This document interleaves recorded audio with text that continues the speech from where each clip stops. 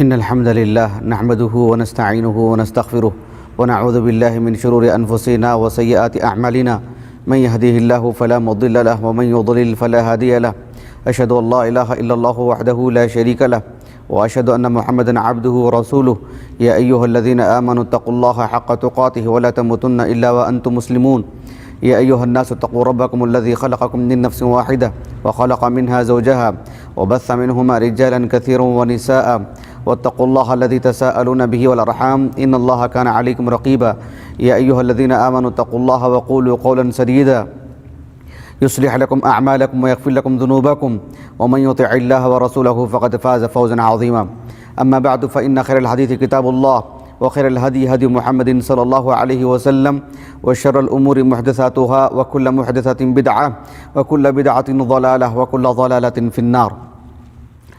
حاضرین جمعہ، اللہ سبحانہ و تعالیٰ نے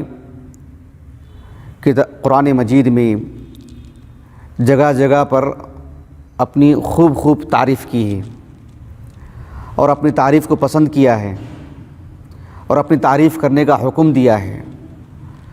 اللہ سبحانہ و تعالیٰ کی تعریف کرنا، اللہ تعالیٰ کی حمد و ثنا بیان کرنا، یہ بھی اللہ رب العالمین کی ایک عظیم عبادت ہے. انسان کی زندگی میں اللہ سبحانہ و تعالیٰ نے آزمائشیں رکھی ہیں، بہت سارے مراحل رکھے ہیں. ایک مرحلے کے بعد دوسرا مرحلہ آتا ہے.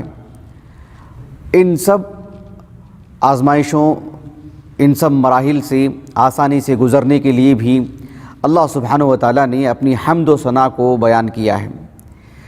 یعنی ایک انسان، ایک مسلمان اللہ رب العالمین کی حمد و ثنا بیان کرتا ہے، اس کی تعریف کرتا ہے، تو وہ جہاں ایک مستقل ایک عبادت ہے، ہماری زندگیوں میں جو مسائل ہیں اس کے حل کا بھی بہت بڑا ذریعہ ہے. ایک حدیث مبارکہ ہے متفق علیہ، صحیح بخاری میں کتاب التوحید اور صحیح مسلم کی کتاب التوبہ میں عبداللہ بن مسعود رضی اللہ عنہ کہتے ہیں کہ آپ صلی اللہ علیہ وسلم نے فرمایا: لیس احد احب الیہ المدح من اللہ من اجل ذلک مدح نفسہ. کوئی ذات ایسی نہیں ہے جسے اپنی تعریف، اپنی حمد، اپنی مدح پسند ہو. یعنی اللہ سبحانہ و تعالیٰ سے بڑھ کر کے کسی ذات کو اپنی حمد اتنی زیادہ پسند ہے جتنی پسند اللہ رب العالمین کو ہے. یعنی اپنی حمد و ثنا اللہ سبحانہ و تعالیٰ کو بہت پسند. اسی وجہ سے اللہ رب العالمین نے اپنی خوب تعریف کی. آپ قرآن مجید میں دیکھیں کتنی آیات ہیں جس میں اللہ رب العالمین نے اپنی حمد بیان فرمائی، اپنی ثنا بیان فرمائی. رب العالمین نے خوب تعریف کی رب العالمین نے اپنی. اللہ تعالیٰ نے سورۃ القصص میں بیان فرمایا: وَهُوَ اللَّهُ لَا إِلَٰهَ إِلَّا هُوَ لَهُ الْحَمْدُ فِي الْأُولَى وَالْآخِرَةِ وَلَهُ الْحُكْمُ وَإِلَيْهِ تُرْجَعُونَ. اللہ سبحانہ و تعالیٰ نے اس آیت کریمہ میں فرمایا اللہ سبحانہ و تعالیٰ کے علاوہ کوئی سچا معبود نہیں. اول اور آخر صرف اللہ سبحانہ و تعالیٰ کی حمد ہے. کتنی ایسی صورتیں قرآن مجید کی جو اللہ رب العالمین کی حمد و ثنا سے شروع ہوتی ہیں. حمد و ثنا پر اس کا اختتام ہوتا ہے. الحمدللہ الحمدللہ قل الحمدللہ الحمدللہ رب العالمین الحمدللہ الذی لہ ما فی السماوات وما فی الارض قل الحمدللہ. کتنی آیات ہیں جس میں اللہ رب العالمین نے اپنی خوب حمد بیان فرمائی. اللہ تعالیٰ نے کہا سورۃ الروم میں: وَلَهُ الْحَمْدُ فِي السَّمَاوَاتِ وَالْأَرْضِ وَعَشِيًّا وَحِينَ تُظْهِرُونَ. صبح و شام اللہ رب العالمین کے حمد و ثنا. یعنی کہنے کا مقصود یہ ہے کہ اللہ تعالیٰ نے اپنی خوب حمد بیان فرمائی اور وہ اس کا مستحق ہے. ہماری جو عبادتیں ہیں، نماز کو لے لیجیے مثال کے طور پر، شروع سے لے کر آخر تک اللہ رب العالمین کی حمد و ثنا سے متعلق کتنے کلمات ملتے ہیں. دیکھیے جو دعاء الاستفتاح ہے نا، جس سے نماز کا آغاز ہوتا ہے، کئی ایک دعائیں ثابت ہیں. امام ابو داؤد رحمہ اللہ اپنی السنن میں ابو سعید الخدری رضی اللہ عنہ سے ایک حدیث لے کر کے آئے ہیں جسے شیخ البانی نے صحیح کہا ہے کہ آپ صلی اللہ علیہ وسلم تہجد میں دعاء الاستفتاح، یعنی نماز کا جو آغاز ہوتا ہے جس دعا سے، متعدد دعائیں ہیں، اس میں سے ایک وہ دعا بھی ہے جس میں صرف اللہ کی تعریف ہے، سبحانک اللہم و بحمدک و تبارک اسمک و تعالی جدک و لا الہ غیرک. اور بھی دعائیں ہیں، متعدد دعائیں ایسی بھی ہیں جس میں شروع سے لے کر آخر تک صرف اللہ تعالیٰ کے حمد. یعنی غور کرنے کی بات کیا ہے، ایک بندہ جب اللہ سے دعا کرتا ہے تو اس میں طلب بھی کرتا ہے نا کہ اللہ مجھے یہ دے اور مجھے اس سے بچائے رکھ. کچھ دعائیں ایسی ہیں جس میں صرف اللہ کے حمد و ثنا، اس میں دونوں چیزیں آ جاتی ہیں، اللہ کی تعریف بھی، اللہ کے حمد و ثنا بھی، اور بندہ جو اپنی ضرورتیں پوری رکھنا چاہتا ہے وہ بھی اس میں آ جاتی ہیں. ایک صحابی ہیں، رفاعہ نام ہے ان کا، رفاعہ بن رافع، بدری صحابی ہیں. صحیح بخاری کی حدیث ہے کتاب الاذان کی. آپ صلی اللہ علیہ وسلم نماز پڑھا رہے تھے. وہ کہتے ہیں کہ میں پیچھے تھا اللہ کے رسول کے. جب آپ صلی اللہ علیہ وسلم رکوع میں گئے اور رکوع سے آپ نے سر اٹھایا تو میں نے بلند آواز سے کہہ دیا ربنا ولک الحمد حمدا کثیرا طیبا مبارکا فیہ. میں نے بلند آواز سے کہہ دیا. جانتے ہیں اللہ تعالیٰ کی کتنی وسیع تعریف ہے اس میں. ربنا ولک الحمد حمدا کثیرا طیبا مبارکا فیہ. اللہ تعالیٰ کی کتنی طویل تعریف ہے. جیسے نماز سے فارغ ہوئے آپ صلی اللہ علیہ وسلم نے پوچھا کہ من المتکلم، کس نے کہا تھا وہ نماز میں؟ پہلے تو یہ تھوڑا سہم گئے تھے، ڈر گئے تھے کہ میں کچھ غلط تو نہیں کہہ دیا ہوں. بالآخر کہا کہ اللہ کے رسول میں نے کہا. آپ صلی اللہ علیہ وسلم نے فرمایا رأیت بضعۃ وثلاثین ملکا یبتدرونها ایہم یکتبها اول. میں نے 30 سے زائد فرشتوں کو دیکھا جو ان کلمات کی طرف لپک رہے تھے کہ میں پہلے لکھوں گا اور میں اللہ کے پاس لے کے جاؤں گا سب سے پہلے. یعنی اللہ تعالیٰ کی ایسی تعریف ہے اس میں کہ اس کو اللہ تعالیٰ تک پہنچانے میں میں سبقت کروں گا، میں پہل کروں گا، میں بازی ماروں گا. غور کیجئے اللہ رب العالمین کی تعریف سے متعلق ہے. تو اللہ سبحانہ و تعالیٰ کی حمد و ثنا یہ اللہ رب العالمین کو بہت پسند ہے. قرآن مجید کی بے شمار آیاتیں ہیں، بے شمار تو حقیقت میں بے شمار، احادیث بہت. آپ صلی اللہ علیہ وسلم نے اللہ تعالیٰ کی تعریف سے متعلق چھوٹی چھوٹی دعائیں سکھائیں اور جامع دعائیں. صحیح مسلم کی حدیث ابن عباس عن ام المؤمنین جویریہ رضی اللہ عنہا، اس میں آپ صلی اللہ علیہ وسلم نے اللہ کی ایسی تعریف بیان فرمائی، مختصر کلمات لیکن اتنی جامع. سبحان اللہ و بحمدہ عدد خلقہ ورضا نفسہ وزینت عرشہ ومداد کلماتہ. کتنی مختصر دعا ہے. دیکھیے اللہ تعالیٰ کے حمد و ثنا پر مختصر کلمات ہے لیکن سب چیزوں کو شامل، کیونکہ وحی کی روشنی میں سکھائی گئی دعا ہے. میں آپ کو جو اہم بات بتانا چاہ رہا تھا وہ یہ کہ یہ جو اللہ رب العالمین کی تعریف ہے، ایک بندہ جب اللہ تعالیٰ کی خوب تعریف کرتا ہے، چلتا پھرتا اٹھتا بیٹھتا ایسی فراغ سے بیٹھا ہے، اللہ کی تعریف کر رہا ہے، اللہ کے حمد و ثنا بیان کر رہا ہے، تو انسان کی زندگی میں جو ذہنی پریشانیاں جو ہوتی ہیں وہ بھی ختم ہو جاتی ہیں اللہ کی تعریف کرنے سے. اللہ کی تعریف کرنے سے، اللہ تعالیٰ کی حمد بیان کرنے سے انسان کی زندگی سے پریشانی کا خاتمہ ہوتا ہے.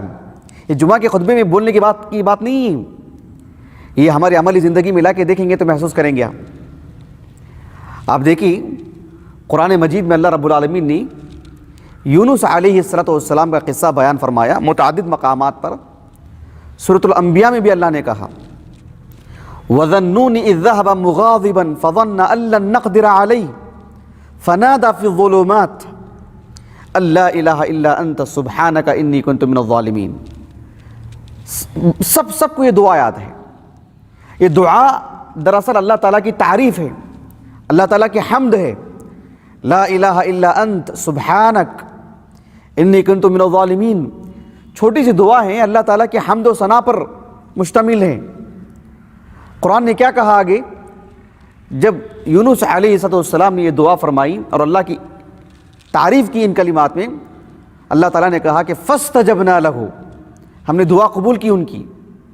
فنجیناہ من الغم، اس غم سے، اس دکھ سے، اس پریشانی سے جو ذہنی پریشانی تھی، جسمانی پریشانی تھی، ہم نے چھٹکارا دیا ان کو، نجات دی ان کو. وَكَذَلِكَ نُنْجِي الْمُؤْمِنِينَ. اور جو بھی مسلمان، جو بھی مومن اپنی پریشانیوں میں اللہ تعالیٰ کی یہ حمد بیان کرے گا اس کے لیے بھی ایسے ہی معاملہ. ایک حدیث آتی ہے سنن ترمذی کی بسند صحیح، شیخ البانی نے صحیح کہا ہے، کتاب ابواب الدعوات کی۔ سعد بن ابی وقاص رضی اللہ عنہ کہتے ہیں کہ آپ صلی اللہ علیہ وسلم نے فرمایا کہ یونس علیہ السلام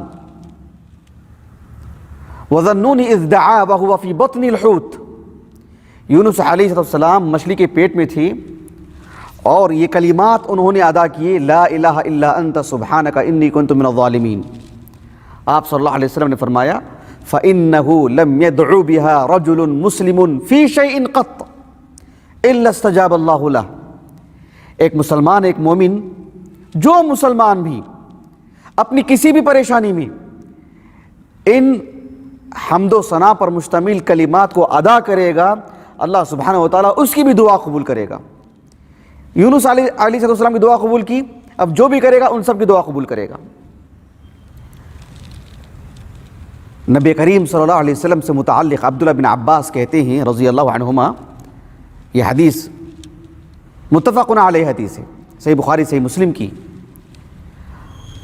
کہ آپ علیہ السلام سے متعلق کہتے ہیں کان یدعو عند الکرب، جب آپ صلی اللہ علیہ وسلم کو ذہنی پریشانی ہوتی، کوئی دکھ ہوتا، کوئی غم لاحق ہوتا، تو آپ کیا دعا کرتے معلوم ہے؟ کہا کہ لا الہ الا اللہ العظیم الحلیم، لا الہ الا اللہ رب العرش العظیم، لا الہ الا اللہ رب السماوات ورب الارض ورب العرش الکریم۔ ان کلمات میں اللہم اغفر لی، اللہم ارحمنی، ایسے کلمات ہیں؟ ایسی دعائیہ کلمات ہیں؟ نہیں، صرف اللہ کے حمد و ثنا۔ اور یہ کب کرتے تھے؟ کان یدعو عند الکرب، کان یقول عند الکرب، جب آپ صلی اللہ علیہ وسلم کو ذہنی پریشانی ہوتی، غم اور دکھ لاحق ہوتا، تو آپ یہ دعا پڑھتے، اور اس میں کیا ہے؟ صرف اللہ کے حمد و ثنا۔ مسند احمد کی ایک حدیث آتی ہے، عبداللہ بن مسعود رضی اللہ عنہ کہتے ہیں آپ صلی اللہ علیہ وسلم نے فرمایا ما اصاب احدا قط ہم ولا حزن، جس شخص کو بھی کوئی بھی دکھ، درد، غم، پریشانی لاحق ہوتی ہے اور وہ اس دعا کو پڑھتا ہے جس میں اللہ تعالیٰ کی خوب تعریف ہے، اللہم انی عبدک وابن عبدک وابن امتک ناصیتی بیدک ماض فی حکمک عدل فی قضاؤک اسألک بکل اسم هو لک سمیت به نفسک او انزلته فی کتابک او علمته احدا من خلقک او استأثرت به فی علم الغیب عندک ان تجعل القرآن ربیع قلبی ونور صدری وجلاء حزنی وذهاب ہمی وغمی۔ آپ حسن مسلم میں دیکھ لے سکتے ہیں، ترجمہ بھی موجود ہوگا اس میں کسی بھی زبان میں۔ اس دعا کو پڑھنے کا فائدہ کیا ہوگا؟ اللہ کے رسول نے کیا کہا صلی اللہ علیہ وسلم؟ اذهب اللہ ہمہ وحزنہ وابدلہ مکانہ فرحا۔ اس دعا کو پڑھنے سے جہاں اللہ تعالیٰ اس کی زندگی سے غم کو دور کرتے ہیں، دکھ کو دور کرتے ہیں، ایک دل میں غم ہے، اس دعا کو پڑھنے سے جو کہ اللہ تعالیٰ کی حمد ہے، ثنا ہے اللہ کی، تعریف ہے اللہ کی، اس دل سے جہاں غم کو دور کریں گے اللہ تعالیٰ اس کی جگہ میں خوشی کو بھر دیں گے۔ بھلا بتائیے، یہ ممبر پر کھڑے ہو کر کے ہم باتیں کہہ رہے ہیں، کیا صرف دعوے ہیں یہ؟ صرف باتیں ہیں یہ واقعتاً ہمارے لیے خوشی کی بات ہے کہ کتنا عظیم نسخہ ہمیں دیا گیا ہے۔ آپ غور کیجئے کہ قیامت کی جو ہولناکی ہے، پوری دنیا کے لوگ کھڑے ہوں گے حشر کے میدان میں اور سب مغموم ہوں گے، سب دکھی ہوں گے، ایک لمبے عرصے تک مسلمان بھی کھڑے ہوں گے، لمبے عرصے تک۔ پھر سارے مسلمان مومنین جمع ہو کر کے یہ مشورہ کریں گے کہ ہم آدم علیہ السلام کے پاس جائیں گے اور کہیں گے کہ وہ جا کر کے اللہ تعالیٰ سے سفارش کریں کہ اللہ تعالیٰ حساب کتاب لینا شروع کر دے۔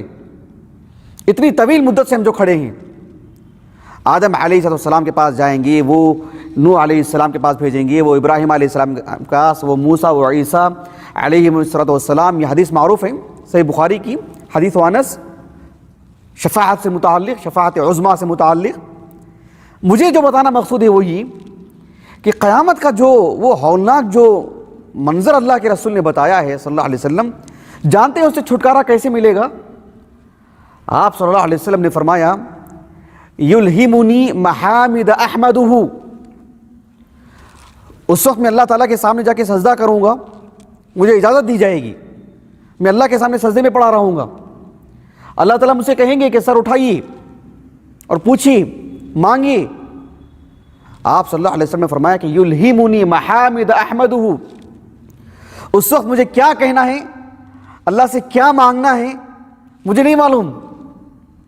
اس وقت میرے دل میں کچھ باتیں ڈالی جائیں گی جو اللہ تعالیٰ کی تعریف پر ہوں گی، اور بس میں اللہ کی تعریف کرتا رہوں گا۔ وہ کلمات کیا ہیں؟ اللہ کے رسول نے کہا لا تحضرنی الان، اب تو مجھے مستحضر نہیں ہے، اب میرے دل میں نہیں ہے، فی الحال اب مجھے نہیں بتایا گیا ہے۔